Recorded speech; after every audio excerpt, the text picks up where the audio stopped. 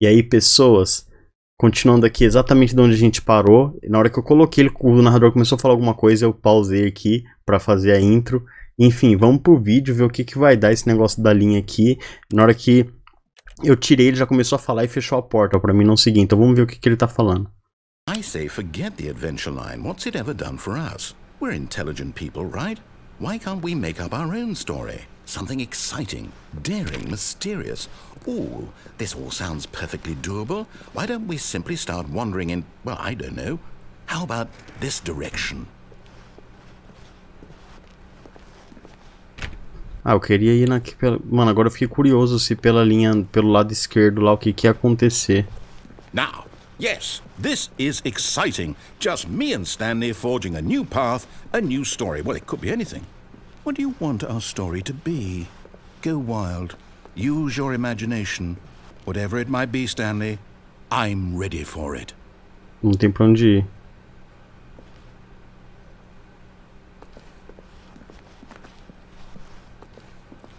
Agora abriu esse caminho aqui. De onde a gente veio, né? Oh, no, not you again. Stanley, I'd also like to veto the line from having any role in our awesome new story. No lines or monitor rooms. Just don't acknowledge it, and we should be fine. Tipo, agora nem ele tem o controle. Tipo, não sei se é verdade isso, mas nem ele tem o controle mais do que tá acontecendo, tá ligado? Tipo, ele não sabe pra onde isso daqui vai também. Assim como é, como se a gente estivesse juntos agora, sabe? Indo ali por cima. Ah, a choice. We get to make a decision. From here, the story is in our control. How important we mustn't squander the opportunity. In fact, I believe I need a minute to think here. Just walk in circles for a minute. Okay, so I know that each door has to lead somewhere, which means that somewhere, the place where we're trying to go, there must be a reverse door that leads here. And that in turn means that our destination corresponds with the counter-inverted reverse door's origin. So starting from the right, let us ask, will taking the right door lead us to where we're going? And since the answer is clearly yes, then by all accounts, the door on the right is the correct one. Another victory for logic. Come, Stanley, our destiny awaits. Bom, não tem como ir por outra, galera, ó. Então vamos pela que ele tá falando. Oh, hold up, what's this? The confusion ending. You're telling me that's what this is? It's all one giant ending? And we're supposed to restart the game, what, eight times? That's really how all this goes? It's all determined? So now, according to the schedule, I restart again. Then what? Am I just supposed to forget? Well, what if I don't want to forget? My mind goes blank simply because it's written here on this thing, wall. Well, who consulted me? Why don't I get to decide? Why don't I get a say in all of this? Is it really? No, it can't be. I don't want it to be. I don't want the game to keep restarting. I don't want to forget what's going on. I don't want to be trapped like this. I won't restart the game. I won't do it. I won't do it. I won't do it. And the timer stopped? Does that mean, did we do it? Did we break the cycle? The, whatever it is that made this schedule? How would we even know? Will someone come for us? Will something happen? So, okay. I guess now we just wait, you know. I suppose in some way that this is a kind of story, wouldn't you agree? I'm not quite sure if we're in the destination or the journey, though they're always saying that life is about the journey and not the destination, so I hope that's where we are right now. We'll find out, won't we? Eventually. Well, in the meantime... Nossa, achei que tinha travado o jogo, mano. Voltamos.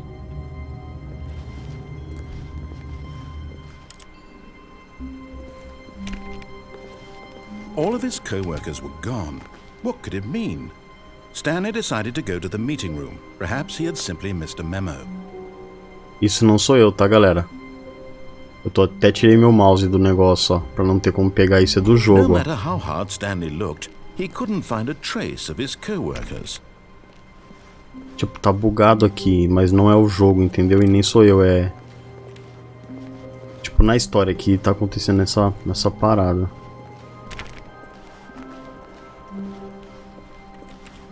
E aí? Quero ver o que vai acontecer na hora que a gente chegar aqui. When Stanley came to a set of 2 open doors, he entered the door on his left. Eu vou aqui porque tem um caminho que a gente ainda não fez, que dá pra fazer. This was not the correct way to the meeting room, and Stanley knew it perfectly well. Perhaps he wanted to stop by the employee lounge first, just to admire it. Nossa, lá a linha, galera. Eu quero ver, tipo... Calma aí. Eu vou naquela hora que ele pede pra gente entrar. The lounge was sublime, a work of art. But eager to get back to business, Stanley took the first open door on his Vamos pela esquerda, só que a gente não vai parar ali naquele elevadorzinho. He detoured through the maintenance section, walked straight ahead to the opposite door, and got back on track. Eu vou por essa daqui. E aí?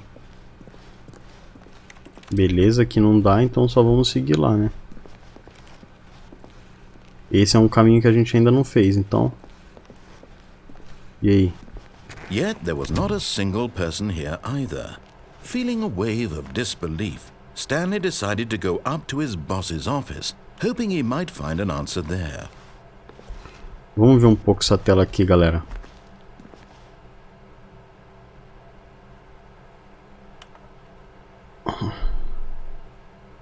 Ok.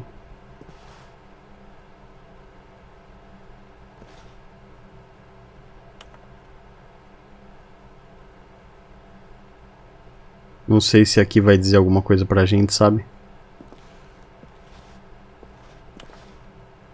Tem como apertar? Essa lousa, ó.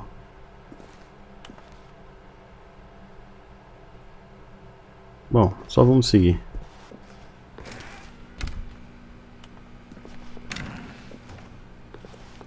Caraca, velho. Vamos por esse caminho aqui. Stanley stepped into the broom closet, but there was nothing here, so he turned around and got back on track. Será que não há nada aqui mesmo? There was nothing here. No choice to make, no path to follow, just an empty broom closet. No reason to still be here. Ele parece estar preocupado com o fato da gente estar aqui. Que sou eu, tá? It was baffling that Stanley was still just sitting in the broom closet. He wasn't even doing anything. At least if there was something to interact with, he'd be justified in some way. As it is, he's literally just standing there doing sweet FA.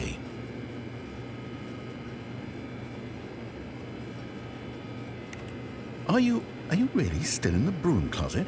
Standing around doing nothing? Why? Please offer me some explanation here. I'm genuinely confused. Mano, é engraçado como ele zoa, tipo, não só o personagem, mas a gente que tá jogando. If I'd said Stanley walked past the broom closet, at least you would have had a reason for exploring it to find out.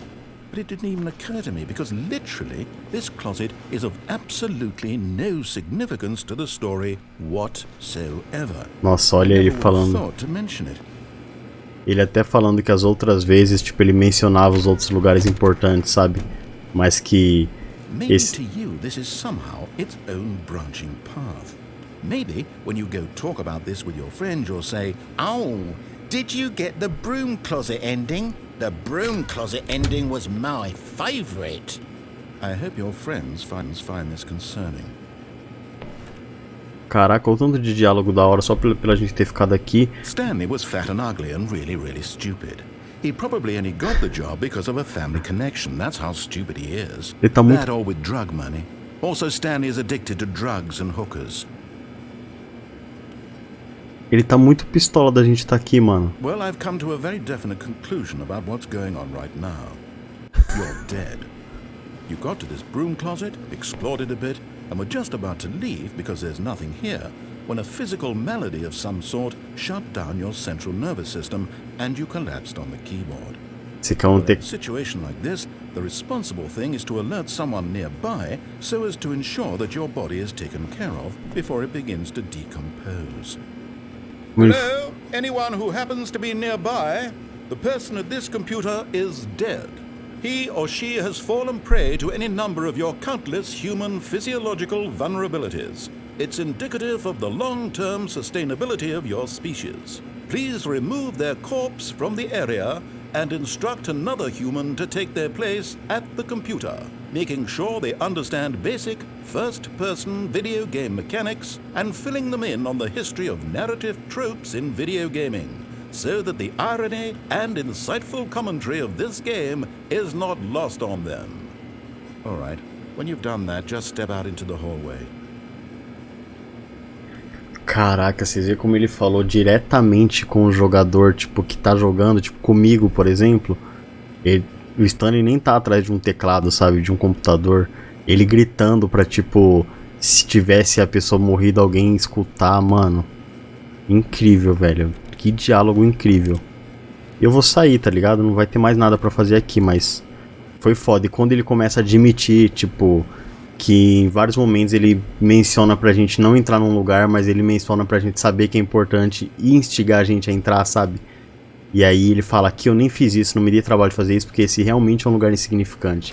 Mano, que foda. Second player, it's good to have you on board. I guarantee you can't do any worse than the person who came before you. Ele achando que é outra pessoa, velho. Eu vou entrar aqui só pra provocar ele. Vamos ver o que ele vai falar de um segundo player fazer isso. You too? Unbelievable. I'm at the mercy of an entire species of invalids. Perhaps there's a monkey nearby you can hand the controls to. A fish? Fungus? Look, you can hammer out the details. I'm not particularly picky. I'll just be waiting for when you're ready to pick up the story again.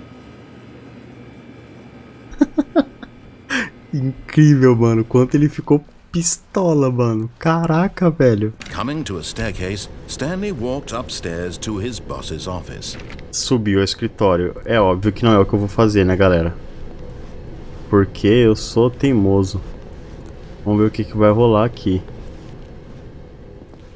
But Stanley just couldn't do it. He considered the possibility of facing his boss. Admitting he had left his post during work hours, he might be fired for that. And in such a competitive economy, why had he taken that risk? All because he believed everyone had vanished? His boss would think he was crazy. And then something occurred to Stanley. Maybe, he thought to himself, maybe I am crazy. All of my co-workers blinking mysteriously out of existence in a single moment for no reason at all? None of it made any logical sense. And as Stanley pondered this, he began to make other strange observations. For example, why couldn't he see his feet when he looked down? Why did doors close automatically behind him wherever he went? And for that matter, these rooms were starting to look pretty familiar. Were they simply repeating? No, Stanley said to himself, this is all too strange. This can't be real. And at last, he came to the conclusion that had been on the tip of his tongue. He just hadn't found the words for it. I'm dreaming, he yelled. This is all a dream. Oh, what a relief Stanley felt to have finally found an answer, an explanation. His co-workers weren't actually gone. He wasn't going to lose his job. He wasn't crazy after all. And he thought to himself, I suppose I'll wake up soon. I'll have to go back to my boring real-life job pushing buttons. I may as well enjoy this while I'm still lucid. So, he imagined himself flying and began to gently float above the ground. Está flutuando, velho. Then he imagined himself soaring through space on a magical star field, and it too appeared. It was so much fun, and Stanley marveled that he had still not woken up. How was he remaining so lucid? And then perhaps the strangest question of them all entered Stanley's head. One he was amazed he hadn't asked himself sooner. Why is there a voice in my head dictating everything that I'm doing and thinking? Now the voice was describing itself being considered by Stanley, who found it particularly strange. I'm dreaming about a voice describing me thinking about how it's describing my thoughts, he thought. And while he thought it all very odd and wondered if this voice spoke to all people in their dreams, the truth was that, of course, this was not a dream. How could it be? Was Stanley simply deceiving himself, believing that if he's asleep, he doesn't have to take responsibility for himself? Stanley is as awake right now as he's ever been in his life. Now, hearing the voice speak these words was quite a shock to Stanley. After all, he knew for certain, beyond a doubt, that this was in fact a dream. Did the voice not see him float and make the magical stars just a moment ago? How else would the voice explain all that? This voice was a part of himself too. Surely, if he could just... He would prove it. He would prove that he was in control, that this was a dream. So he closed his eyes gently, and he invited himself to wake up. He felt the cool weight of the blanket on his skin, the press of the mattress on his back, the fresh air of a world outside this one. Let me wake up, he thought to himself. I'm through with this dream. I wish it to be over. Let me go back to my job. Let me continue pushing the buttons. Please, it's all I want. I want my apartment and my wife and my job. All I want is my life exactly the way it's always been. My life is normal. I am normal. Everything will be fine. I am okay.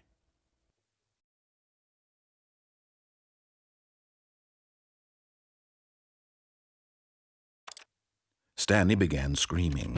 Please, someone, wake me up. My name is Stanley. I have a boss. I have an office. I am real. Please, just someone tell me I am real. I must be real. I must be. Can anyone hear my voice? Who am I? Who am I? And everything went black. Doideira, velho. This is the story of a woman named Mariella. Mariella woke up on a day like any other. She arose, got dressed, gathered her belongings, and walked to her place of work. But on this particular day, her walk was interrupted by the body of a man who had stumbled through town talking and screaming to himself, and then collapsed dead on the sidewalk. And although she would soon turn to go call for an ambulance, for just a few brief moments she considered the strange man. He was obviously crazy, this much she knew. Everyone knows what crazy people look like. And in that moment, she thought to herself how lucky she was to be normal. I am sane. I am in control of my mind. I know what is real and what isn't. It was comforting to think this, and in a certain way, seeing this man made her feel better. But then she remembered the meeting she had scheduled for that day, the very important people whose impressions of her would affect her career, and by extension, the rest of her life. She had no time for this, so it was only a moment that she stood there, staring down at the body. And then she turned and ran.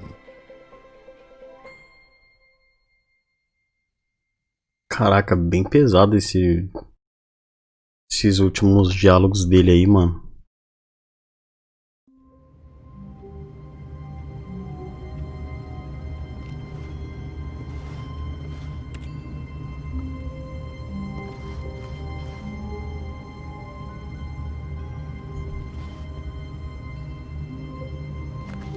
Pessoal, foi mal, eu tava pensando aqui. Eu tô em dúvida agora de se esse vídeo eu comecei a gravar ele há muito tempo, mano. Eu esqueci de eu marquei o horário, mas eu esqueci. Então não sei se eu tô marcando ao tempo devido que tem que ter o vídeo, ou se eu gravei menos, entendeu? Enfim, mano, eu acho que eu gravei a quantidade certa. Eu vou parar por aqui, a gente continua no próximo vídeo. Valeu por ter assistido. Mano, foi uma loucura. Caraca, que doideira, mano, que esse jogo tá se tornando. Foi bem pesado agora, tipo, com fone. Tava uma música bem tensa no fundo, sabe? E ele falando umas coisas por trás e tal. E depois essa cena com a mulher, eu achei essa cena bem pesada, mano. Não sei vocês aí. Tipo, o diálogo dele, sabe?